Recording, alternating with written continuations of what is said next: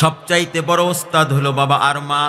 তিন ব্যক্তির দোয়া মিস যায় না, বন্দুকের গলি মিস হয়ে যায়, তিন ব্যক্তির দোয়া মিস যায় না।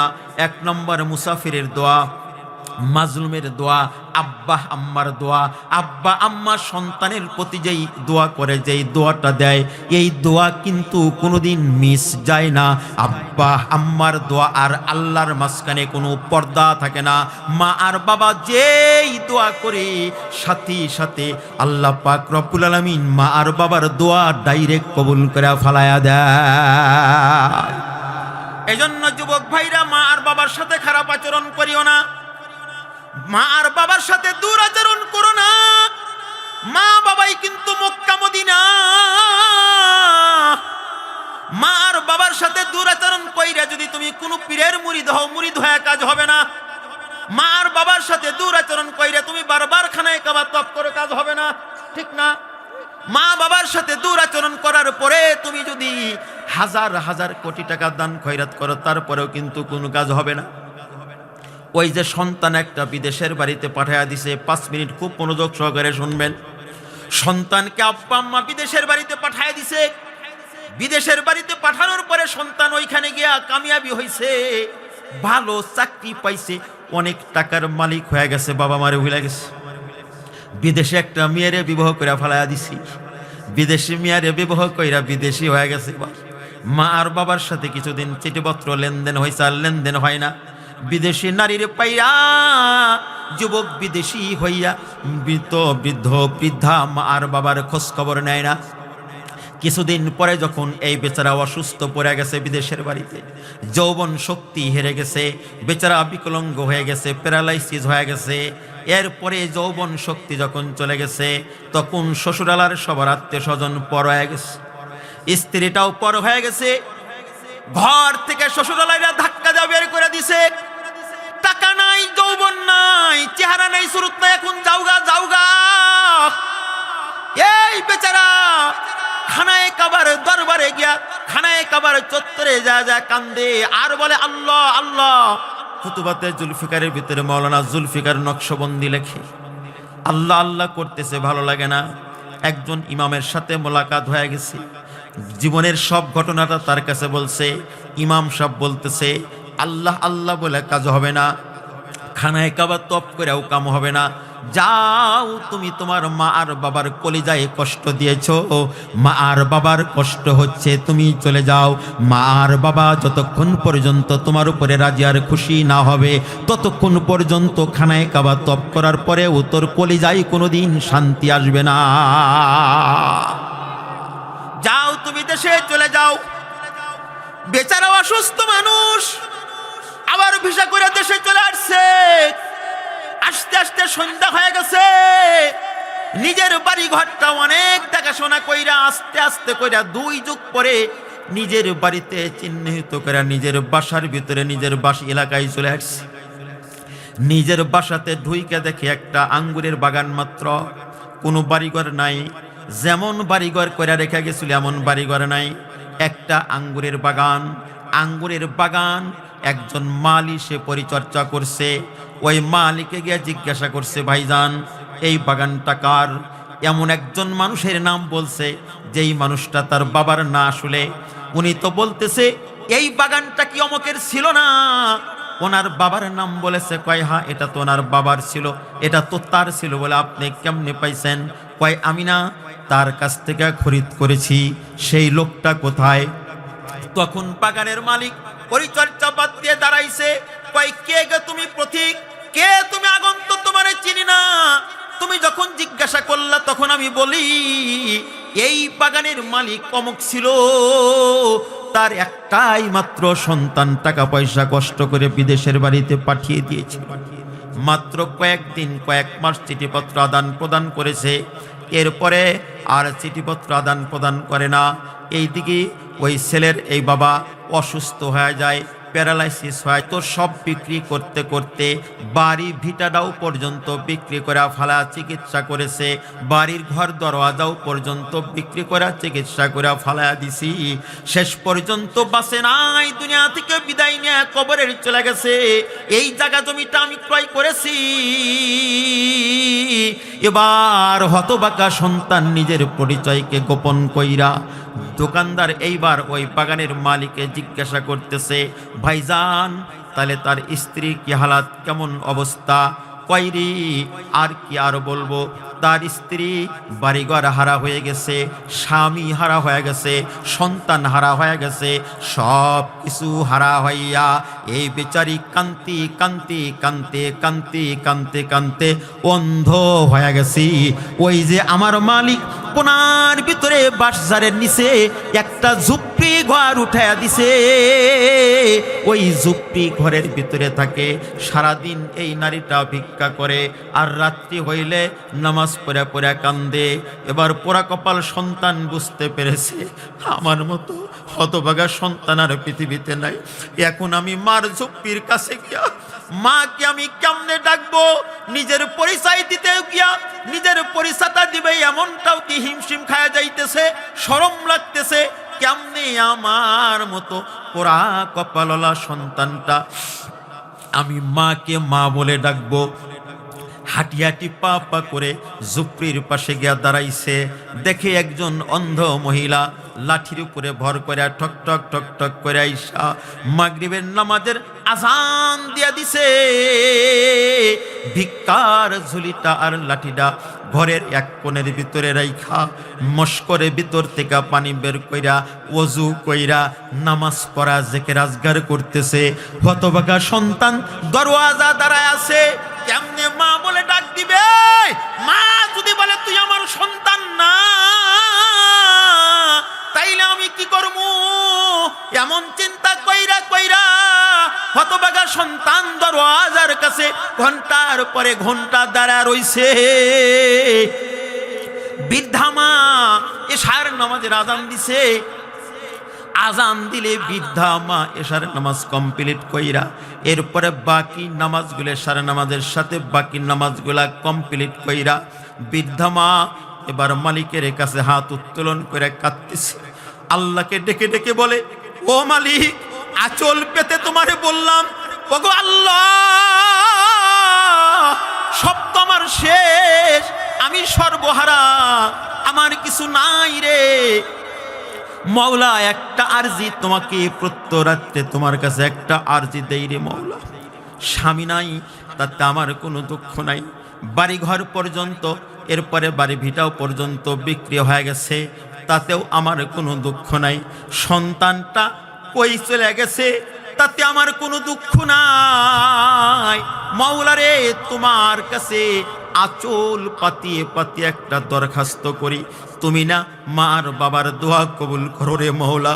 আল্লাহ, সন্তান নাই, আমার স্বামী নাই, ঘর বাড়ি নাই, সারাদিন ভিক্ষা করে খাই, সন্তানের শোকে আমি অন্ধ হয়ে গেছি রে মওলা, একটা দোয়া তুমি আমার কবুল করে লও ও মালিক। মেহেরবানি কইরা দয়া করে কি আমার সন্তানটাকে আমার বুকে ফেরত দেওয়া যায় না?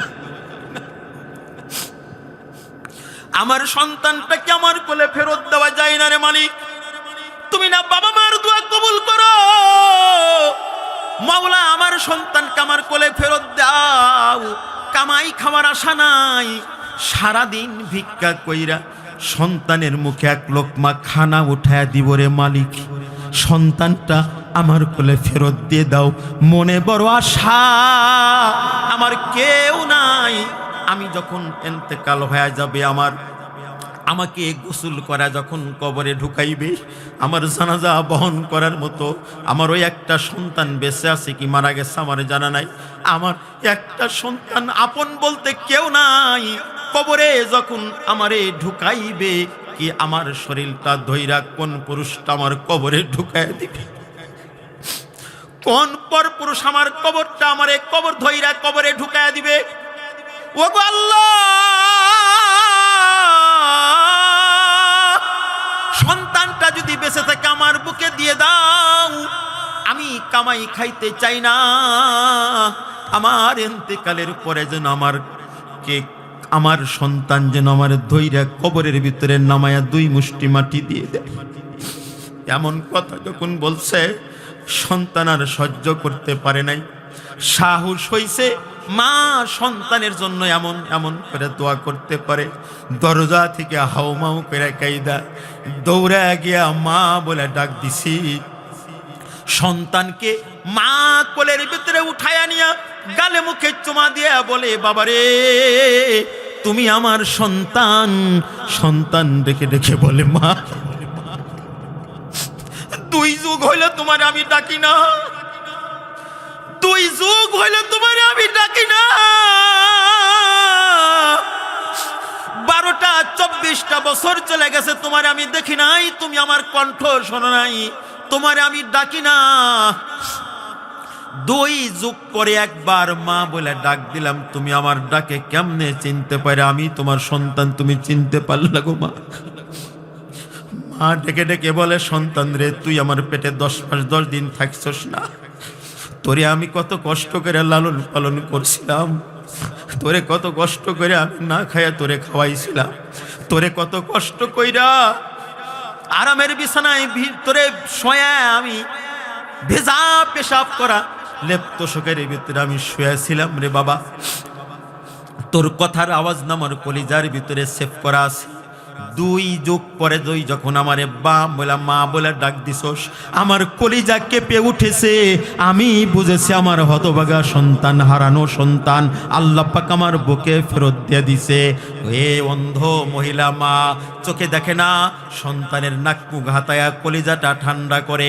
মুসলমান ভাইরা আমার, ওই মা আর বাবা যাদের অন্ধকার কবরে চলে গেছে, আমি তাদের রুহের মাগফিরাতের জন্য, তাদের ভালোর জন্য ওই কবরটা শূন্য জান্নাতের বাগান হয়ে যাবে ভাইরে।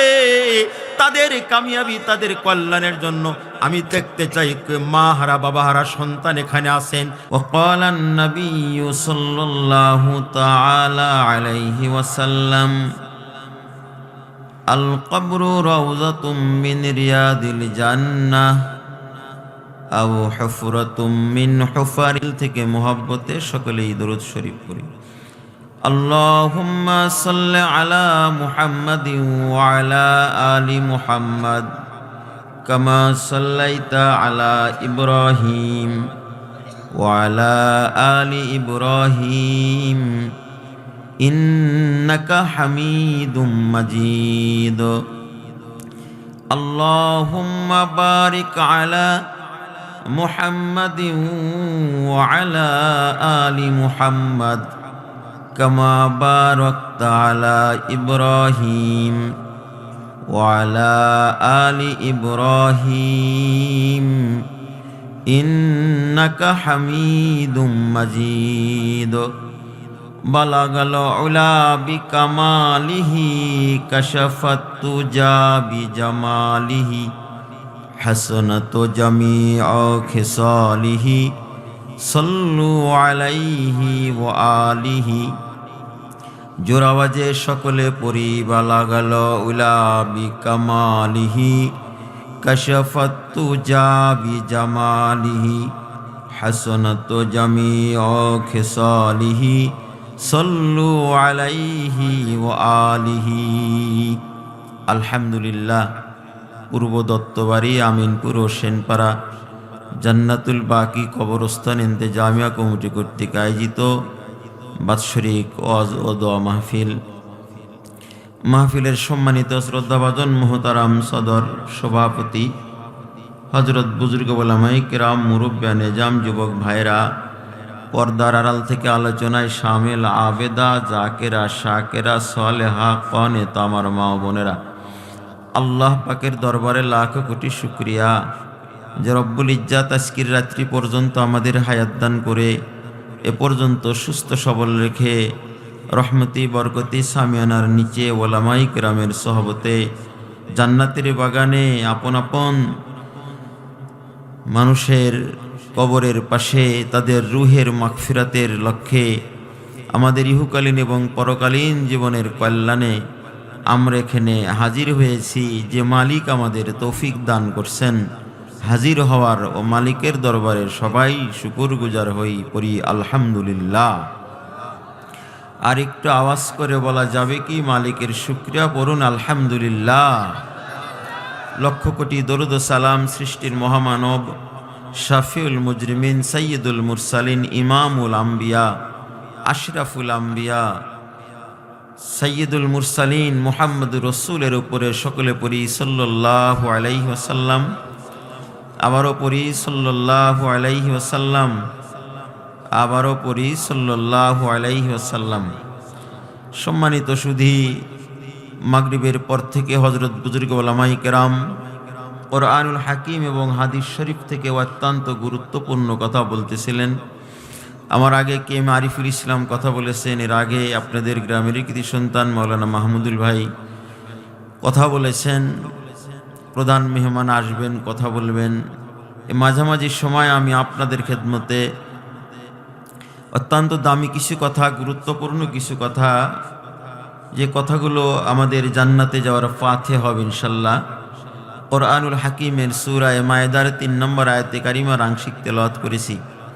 আয়াতে কারিমার সাথে গভীর সামঞ্জস্যতা রেখে নবী আলাইহিস সালাতু ওয়াস সালামের অসংখ্য হাদিস বাণী থেকে একটি কবর সংক্রান্ত প্রসিদ্ধ এবং মাশহুর একটি হাদিস শরীফ আপনাদের খেদমতে আমি পেশ করেছি।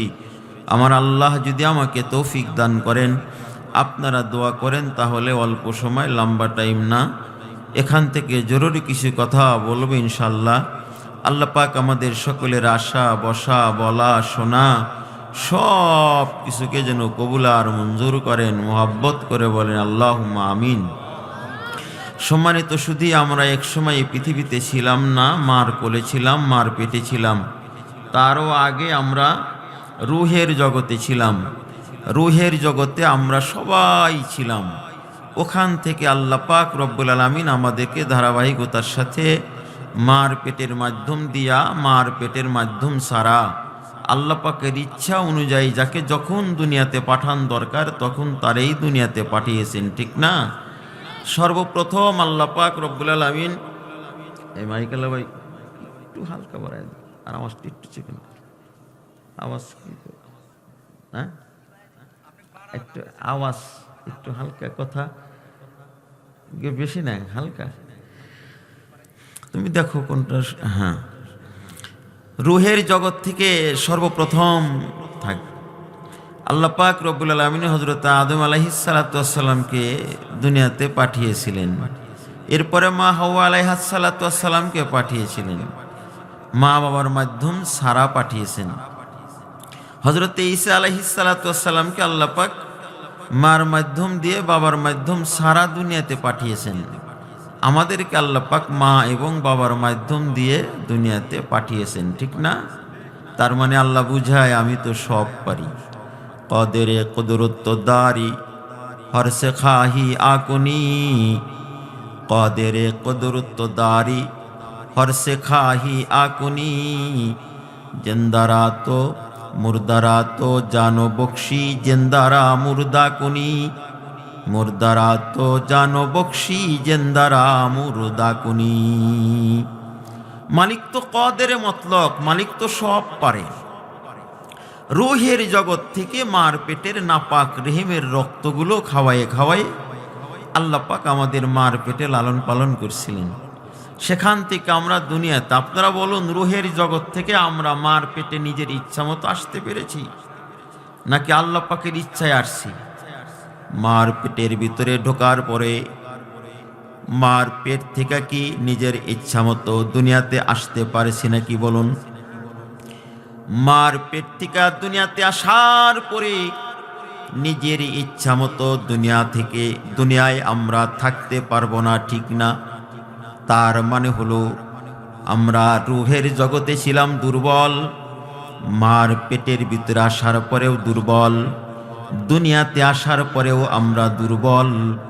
কিন্তু আল্লাহ পাক রব্বুল আলামিন এ বান্দাকে আমূলীভাবে এমন সবল করে দেয় যে রুহের জগতে দুর্বল হলেও, মার পেটে দুর্বল হলেও, দুনিয়াতে দুর্বল হলেও বান্দা যখন আমল কইরা তার জীবনটা সুন্দর করতে পারে, এ বান্দা আমলীভাবে এমন সবল হয়ে যায় যে বান্দার দাম আর শক্তি আর পাওয়ারটা ফেরেশতা কুলের সরদার জিবরিল আমিনের চাইতেও মালিকের কাছে বেশি দামি হয়ে যায়। এ বান্দার দুর্বল থাকে না, বান্দার দাম অনেক বেশি হয়ে যায়। রুহের জগতে ছিল বান্দা দুর্বল, মার পেটে দুর্বল, দুনিয়াতেও দুর্বল। কিন্তু বান্দা যদি আমলি ভাবে সজা সবল হয়ে যায় তো বান্দা আর দুর্বল থাকে না, কবরে বড় সবল হয়ে যায়। এজন্য কোন বান্দা যখন মৃত্যুর সময় উপস্থিত হয়ে যায়, এ বান্দার মৃত্যুর সময় যখন আজরাইল হাজির হয়ে যায়, বান্দার আমলি ভাবে যদি বান্দা সবল হয়ে যায় তাহলে এ বান্দার শরীর ঠিকানা বান্দার নেক আমলের সুঘ্রাণ আজরাইলের নাক পর্যন্ত চলে যায়। সুবহানাল্লাহ বলেন। আজরাইল ফেরেশতা বুঝতে পারে এ বান্দা বড় সবল, বান্দা বাহ্যিক ভাবে দুর্বল হলেও এ বান্দা আমলি ভাবে সবল। বান্দার শরীর থেকে যখন জান্নাতের ঘ্রাণ, আমলি ঘ্রাণ, আপনারা কি বলুন, কোরআনুল কারীমের একটা ঘ্রাণ আছে না নাই? জোরে বলুন। তাসবিহ তাহলিলের একটা ঘ্রাণ আছে, কোরআনুল কারীমের তেলাওয়াতের একটা ঘ্রাণ আছে, তাহাজ্জুদের নামাজের একটা ঘ্রাণ আছে, আওয়াবিন ইশরাকের একটা ঘ্রাণ আছে, ঠিক না বলুন? আল্লাহ আল্লাহ জিকির করার একটা ঘ্রাণ আছে। সঙ্গত কারণে এ মানুষটার যখন মৃত্যুর সময় হয়ে যায়, আজরাইল যখন বান্দার কাছে চলে আসি, তখন আজরাইলের নাক পর্যন্ত বান্দার শরীরের নেক কাজ করার সুঘ্রাণ বান্দার নাকে, আজরাইলের নাকে চলে যায় যখন, তখন আজরাইল আলাইহিস সালাতু ওয়াস সালাম মনে মনে ভাবে, বুঝতে পারে এ বান্দা বড় সবল, জান্নাত থেকে বান্দার জন্য জান্নাতের পোশাক লয়ে আসে, জান্নাতের বান্দার জন্য দস্তরি লয়ে আসে। এই বান্দার শরীর থেকে নেক ঘ্রাণ যখন আজরাইলের নাকে চলে যায়, আজরাইল যখন জান্নাতের পোশাক বান্দার সামনে হাজির করে দেয়, তখন এ পচা দেহের ভিতরে আর রুহটা থাকতে চায় না। রুহটা জলদি জলদি মিষ্টি হাসি দিয়া আজরাইলির হাতে চলে যায়। এজন্য তো মুসলমান ইমানদার ভাইয়েরা আমার, অনেক মানুষ দেখা যায় মৃত্যুর সময় কেমন যেন মিষ্টি হাইসা দুনিয়া থেকে আস্তে করে চোখটা বন্ধ করে বিদায় নিয়ে যায়।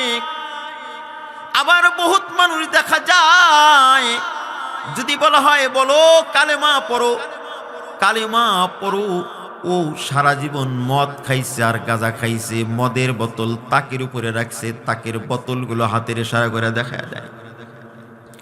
আল্লাহ পাকের অনেক বান্দা চলে গেছে যারা মৃত্যুর যখন হাজির হয়ে গেছি, তখন এ বান্দারা ফেরেশতাদেরকে নিজের চোখে দেখতে পায় আর ডেকে ডেকে বলে, ছেলেদেরকে কে রে, কই রে, তাড়াতাড়ি করে আয়, দেখ না বাসায় কত মেহমান চলে আসছি, দেখ না কত পাগড়িওয়ালা জুব্বাওয়ালা চলে আসছি, তাড়াতাড়ি করে শেয়ার দে। তার মানে এ ব্যক্তি দুনিয়াতেই ইন্তেকালের আগে জান্নাতির ঘ্রাণ পাইয়া মিষ্টি হাইসা দুনিয়া থেকে কবরের দেশে চলে যায়।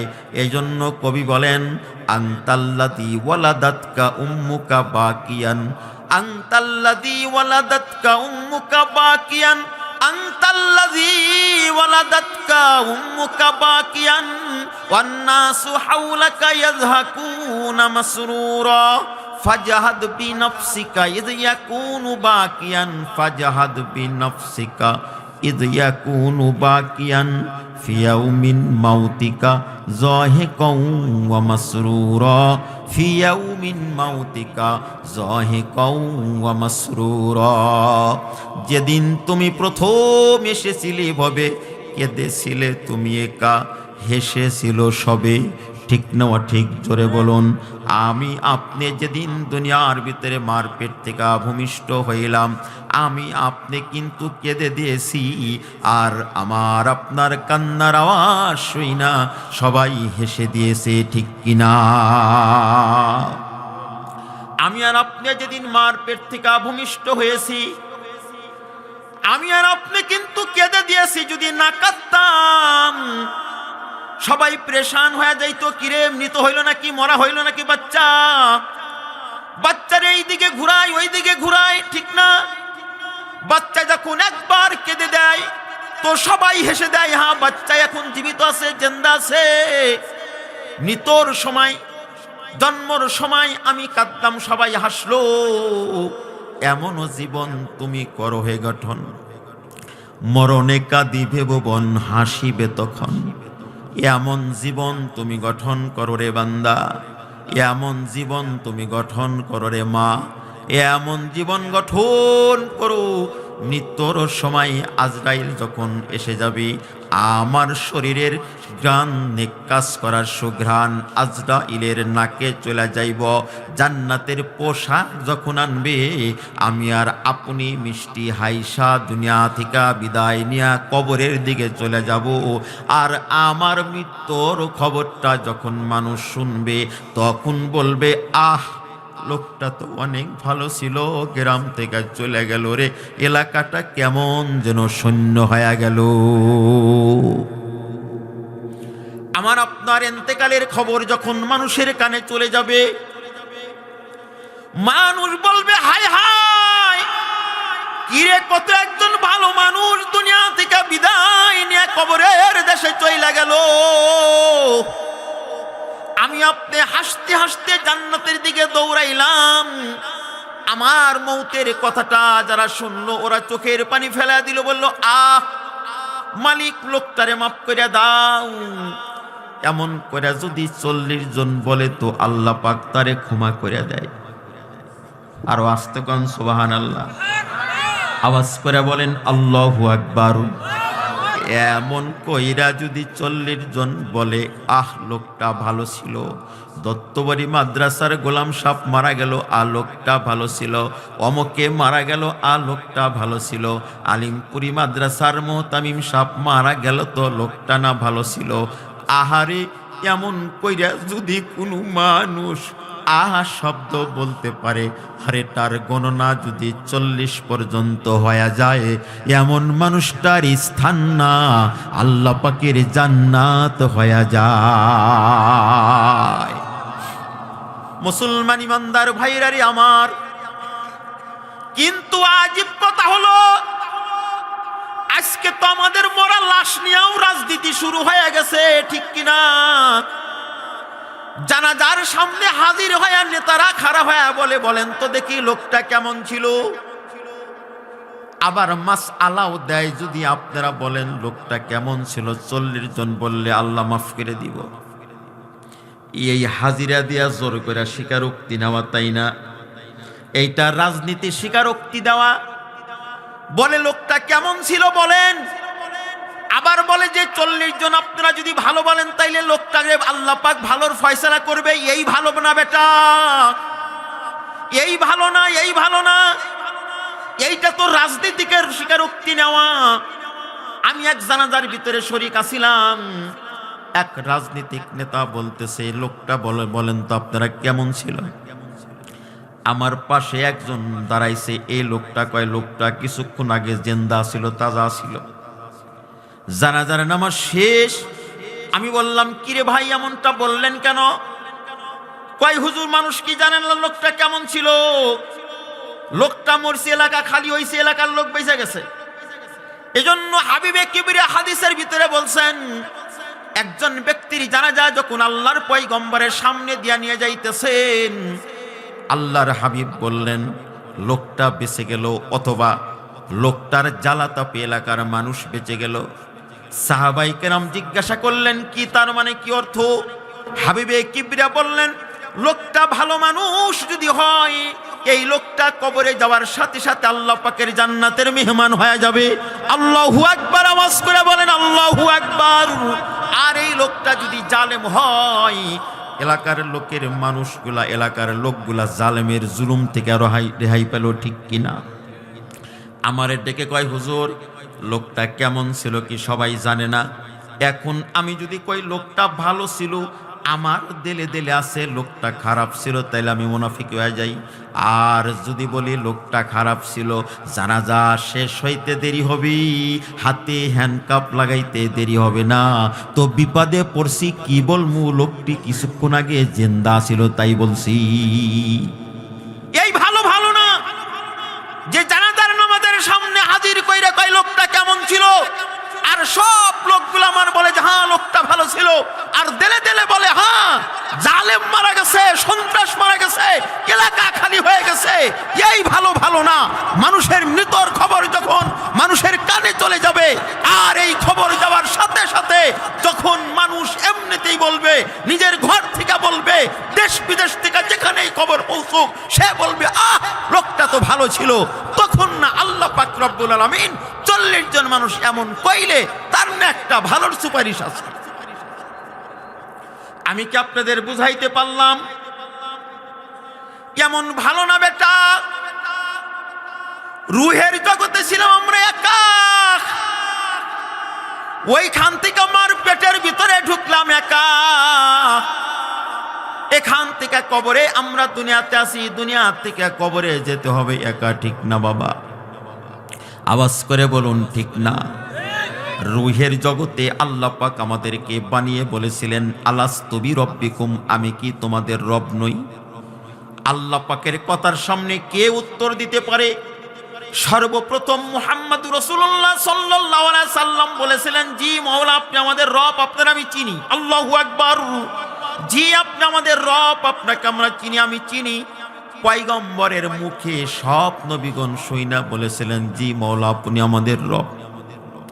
সব পয়গম্বরের মুখে হযরত উলামায়ে কেরাম শুইনা বলেছিলেন, জি মাওলা আপনি আমাদের রব।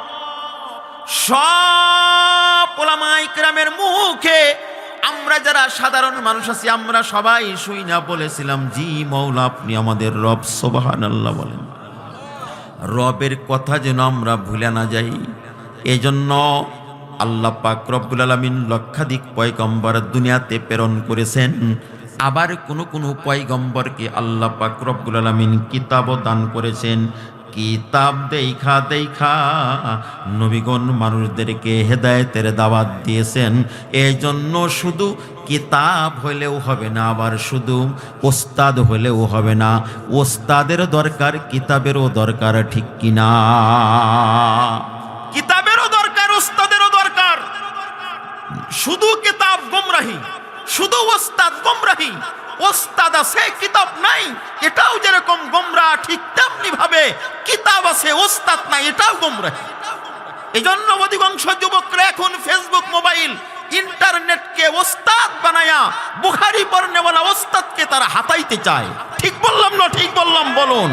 50 বছরের বুখারী পড়নেওয়ালা ওস্তাদকে একজন স্কুলের স্টুডেন্ট সে ইন্টারনেট ঘুটা ঘুটা কিছু মাসলা, কিছু হাদিস সংগ্রহ কইরা 50 বছর বুখারী শরীফ পড়াইছে, 50 বছর হলো ইমামতি করে, তারে হাতাইতে চায়। ঠিক বললাম না ঠিক বললাম বলুন? মুসলমান ইমানদার ভাইরারে আমার, লক্ষাধিক পয়গম্বরকে আল্লাহ পাক রব্বুল আলামিন দুনিয়াতে পাঠাইছেন। সর্বশেষ নবী আমার আপনার নবী মুহাম্মদুর রাসূলুল্লাহ সাল্লাল্লাহু আলাইহি সাল্লামকে পাঠাইছেন। একটা কিতাব দান করছিলেন, তার নাম হলো কোরআন। কোরআনুল কারীম আল্লাহ পাকের পয়গম্বরের উপরে আল্লাহ পাক 23 বছর অবতীর্ণ করেছেন। সুবহানাল্লাহ পড়ুন। 23 বছরে আল্লাহ পাক রব্বুল আলামিন পুরা 30 পারা কোরআনুল কারীম অবতীর্ণ করছেন। পুরা 30 পারা কোরআনুল কারীম অবতীর্ণ করছেন আল্লাহ পাক রব্বুল আলামিন 23 বছরে। পয়গম্বর বিদায় হজ, এই হজের পরে পয়গম্বর আর হজ করতে আসতে পারেন নাই। পয়গম্বর জিলহজ মাসের 9 তারিখ আরাফার ময়দানে লক্ষাধিক সাহাবায়ে কেরামের মাঝে পয়গম্বর জুমার দিন আসর নামাজের পরে কেমন যেন 23 বছরের সারসংক্ষিপ্ত কথাগুলো বলে।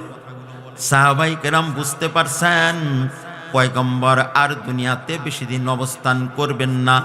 কেমন যেন পয়গম্বর সারসংক্ষিপ্ত 23 বছরের নির্যাস কথাগুলো বলেন।